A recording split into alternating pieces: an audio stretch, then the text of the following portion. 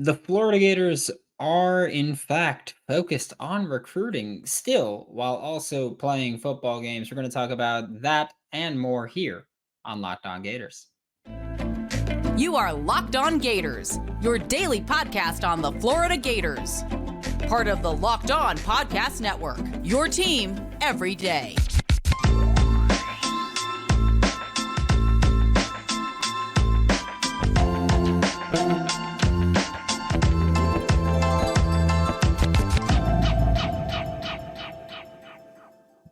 Hello and welcome back to another episode of Locked On Gators, part of the Locked On Podcast Network, your team every day. Thanks for making Locked On Gators your first listen of the day every day. We are available daily and free wherever you listen to the podcast. Happy Tuesday.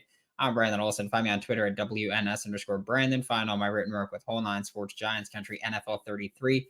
Download the Game Time app, create an account, and use code Locked On College for $20 off your first purchase. I'm going to be joined by Brian Smith, Locked On's recruiting insider. We're going to talk Charles Lester III potentially flipping, DeAndre Robinson potentially flipping, and a name who is there on campus for the Florida game or Charlotte and is a Charlotte commit, Rod Gainey Jr., who I think the Florida Gators should pursue as running back 2 in the 2024 class. Joining me now for Locked On Gators is Brian Smith, Locked On's recruiting insider. And before we get into it, LinkedIn is the college recruiting sponsor across the Locked On Podcast Network. LinkedIn Jobs helps you find the qualified candidates that you want to talk to faster. Post your job for free at linkedin.com/LockedOnCollege. Terms and conditions do apply. And Brian, before we talk about a few specific players that we are going to talk about, I first wanted to ask you about this past weekend. Florida hosted Charlotte, won at 22-7. Wasn't a great game. Wasn't good. I need your opinion on it recruiting-wise because I feel like there's two schools of thought here. It's either it hit the fan, no one's going to want to come here after that, or the way that I think about it, I'll openly say the way that I think about it is that kids don't go to the Charlotte game because they care about the game. I think that kids go to that game to care about the relationships. Obviously, you care about the product on field, but I think the more important part there is like the relationships, especially when the week before that was Tennessee. In a few weeks, you're going to have Arkansas in the swamp. So it's like, I feel like you're not going to the Charlotte game for a game where you really care that much about the product or the environment. Well, I think that I would agree with that. At the same time, scoring one touchdown, if I remember correctly, is not a positive. So it depends on the recruiting question instead of a broad spectrum. If you're an offensive player, that would probably give me pause. If you're a defensive guy, you're like, okay, this team's getting better. And they played pretty well defensively this year. So I think that Armstrong and his defense done a nice job. The question is, what's wrong with the Gators offense? You and I had discussed it before the show, how they got injuries, guys out, sitting guys out, but they're just not very creative on offense. It's very boring. That's just my honest take on it. And I know part of it's they're getting ready to go through the SEC slate. Billy will not admit to this, nor will any other coach. He will lie like everybody else. They don't want to show anything, but that's what's going on too. So Jeremiah was there. That's not very helpful for him. But at the same time, at least you had him on campus, so you just keep recruiting him. But 22 points is not what I would have wanted for any recruit to see that's an offensive player. Yeah, Florida scored 22 points. The spread was 28. So Florida, not only did they not cover the spread, they didn't score what the spread was. So there was not that. Good. Yeah, no, I'll tell you, if you like to gamble on the Florida Gators, you are a sick human being because not been great. I'm just gonna let you know that one. But we've talked about Jeremiah Smith plenty, and we're not going to talk about him much today. I did want to talk about Charles Lester III was on campus, and we haven't really talked about him much at all here. So just what is your opinion of Charles Lester as a player? Phenomenal athlete. I saw him when he was 14 years old. and everybody I was with was like, okay, this is going to be a major Power 5 kid. It was obvious at that age. Now he's obviously got offers from everybody, Alabama, etc., committed to Florida State and still taking visits elsewhere. Could play corner, free safety, running back, receiver, whatever.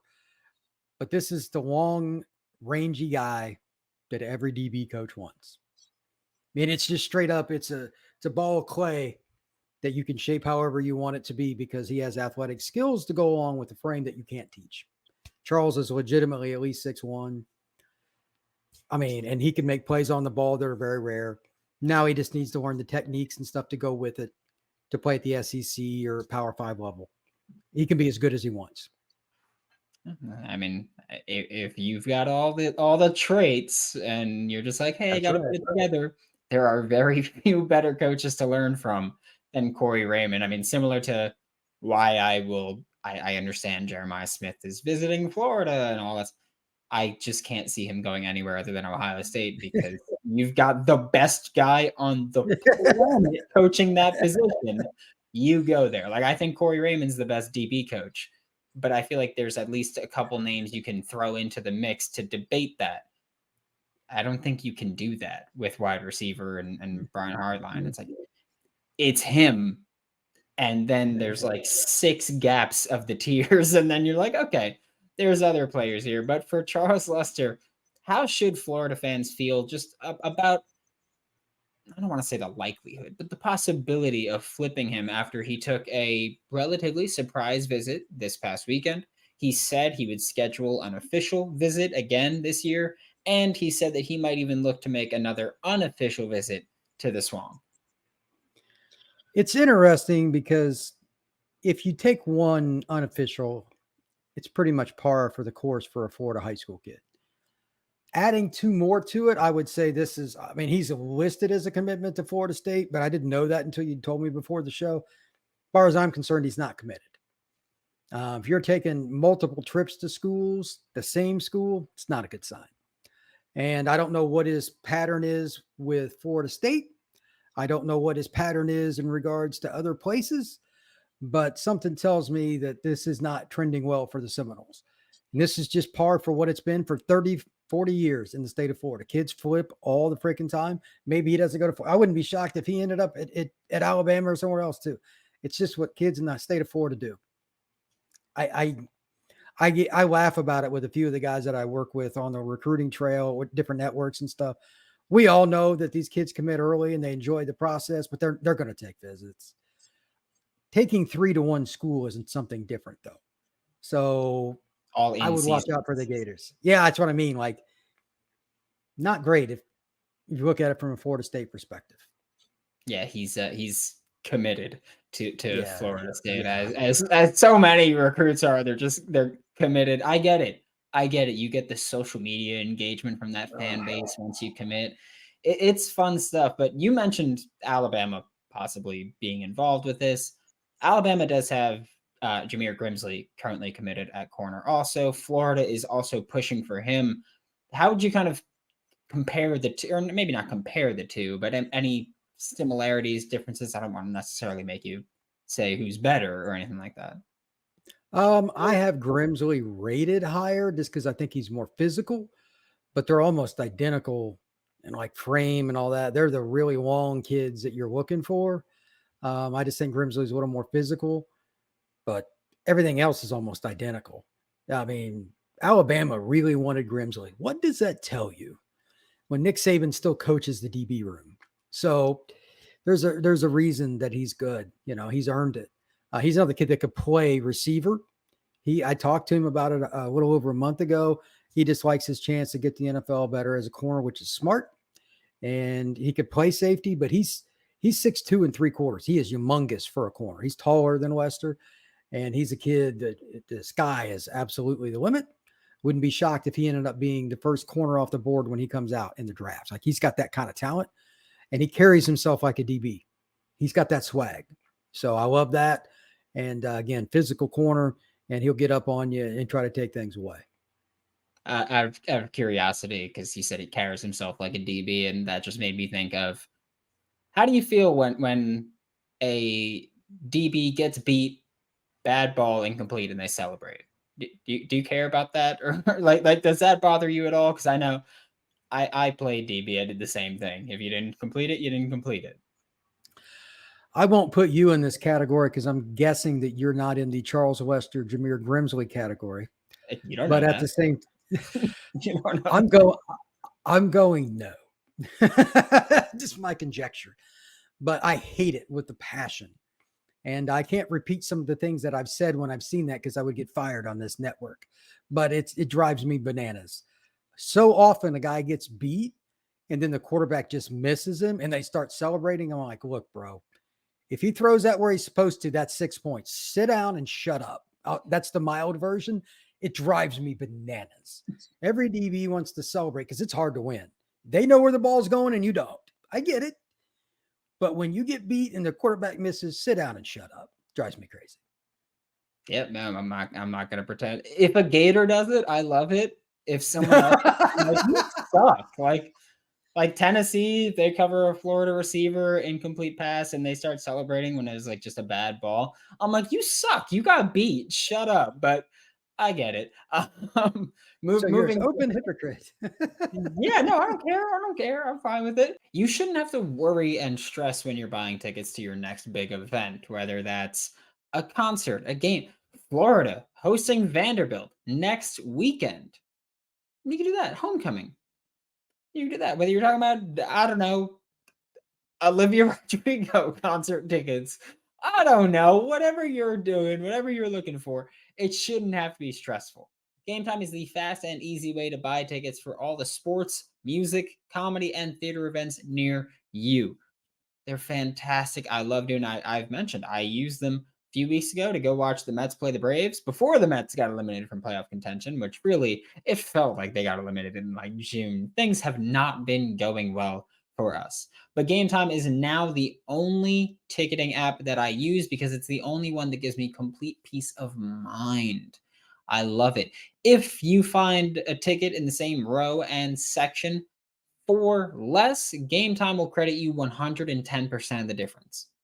You get to take out all the guesswork out of buying tickets with Game Time, which is one of the reasons that when we're talking baseball, I like to buy the day of, so I don't have to guess who's going to be starting pitching. I need to make sure Pete Alonso's playing because he's Polar Pete. He's a Gator. I love him. Download the Game Time app, create an account, use code LOCKEDONCollege for $20 off your first purchase. Terms do apply. Again, create an account, redeem code LOCKEDONCollege, LOCKEDONCOLLEGE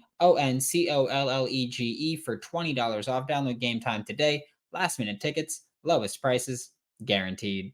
Moving down to the defensive front here. We've spoke about this briefly before with the loss of Mekhi Boyroe from the Florida Gators recruiting class just a couple weeks ago.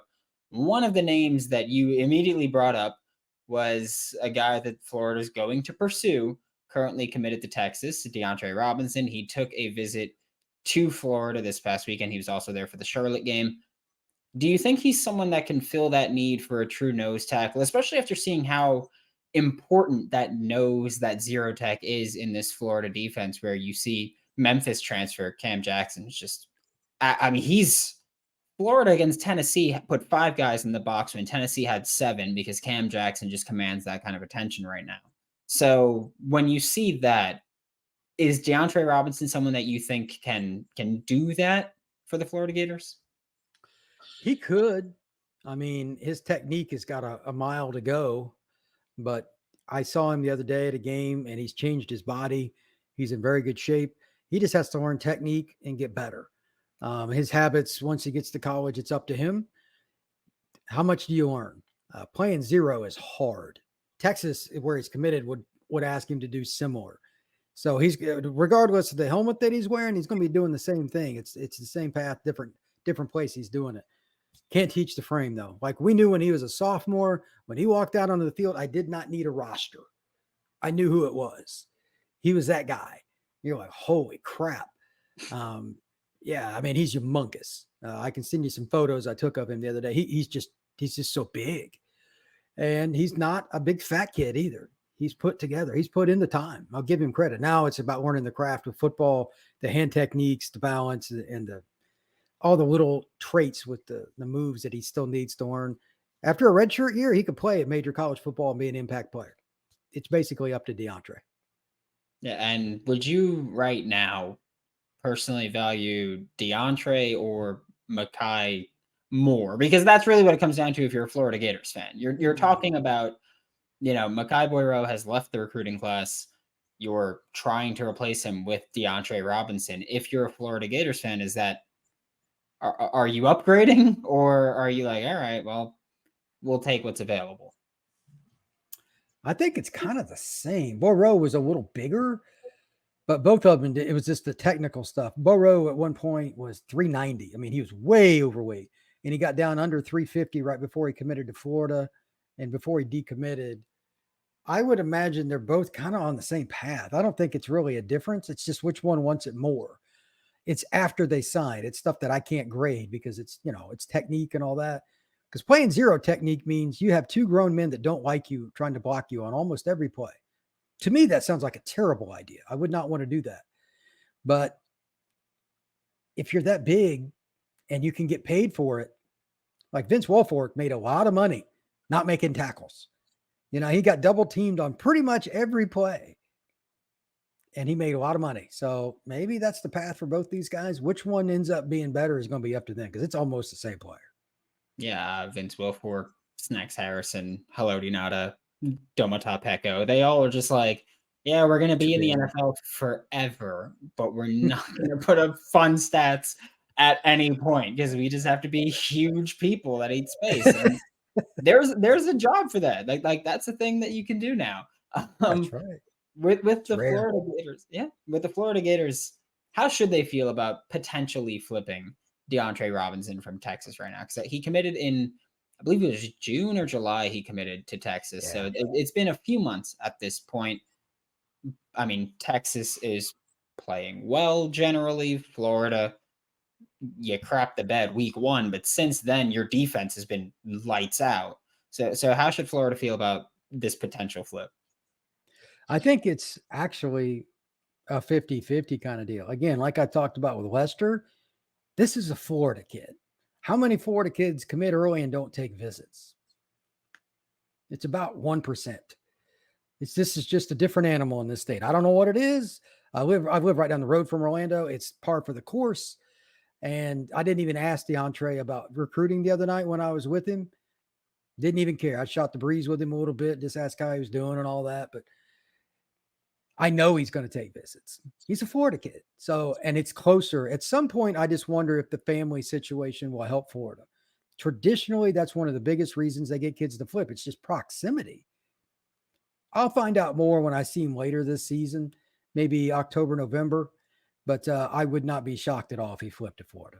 You ever been cooking and you just like, you burn it because you flubbed it? It's fine. You flubbed it. It's fine. We all flub things. We all sometimes burn food, forget to put enough water in the rice cooker, forget to put an 11th player on the field on special teams. We all flub things. It happens. I know that when I burn something, I'm like, okay, I'm not going through this process again. I just order. And when I order with DoorDash. In fact, as I'm recording this show, I'm waiting for food to get here from DoorDash. I got a chicken Caesar wrap and I got a peanut butter banana smoothie. That's my lunch. Just now you know what you need to know. I've trusted DoorDash to deliver my favorite restaurants. Now you can too, and you can get grocery delivery that actually delivers. It's a beautiful thing. Get 50% off your first DoorDash order up to a $20 value when you use code LOCKEDONCollege at checkout. That's a limited time offer. Terms do apply. That's 50% off up to $20. No minimum subtotal. 0 delivery fees on your first order. When you download the DoorDash app in the App Store and enter code LOCKEDONCollege, that's code LOCKEDONCollege, LOCKEDONCOLLEGE for 50% off your first order with DoorDash. Yeah, and the last player that we're going to talk about is offensive side of the ball. Yay! Also a flip candidate with current Charlotte commit Rod Gainey, which before we even talk about him as a player, Florida's trying very hard to get running back 2 in this class, where they're bringing now Rod Gainey on campus. Rod Gainey, of course, committed to Charlotte, came to Florida for that game. Do you think that really helped Florida at all? That they were like, "Hey, we're gonna bring your current school here. Defense, you did great, but I don't think the offense was very inspiring if you're an offensive player looking for that game. Like playing behind that offensive line didn't look awesome against Charlotte." I know Rod, and I've known him for a few years. He's a kid that's not going to care about that. Extremely confident young man, and also somebody that's hard to tackle in a phone booth. He's an old school Steve Spurrier slot running back kind of guy, really quick in between the tackles, outside screen game, whatever. And he's played free safety. He's done all kinds of stuff. Very good athlete. He's a Tampa kid. I would be surprised if he didn't like the opportunity to stay closer to home. And no offense to Charlotte, it's FBS in the SEC. It's not a real hard pick. If Florida really goes after him, why would you stay with Charlotte? Just my opinion. Yeah, that's a good approach. I mean, seriously. I mean, he's had a tough go of it off the field and stuff, and he's kind of gotten his life settled. I imagine staying closer to home probably good too. Yeah, and so what kind of player do you think he's going to be at the next level? Is he going to stay that slot type, or is he going to be full-time back, full-time slot? I think he's a little of everything. Punt returner is definitely a possibility. Like he's that kind of twitchy.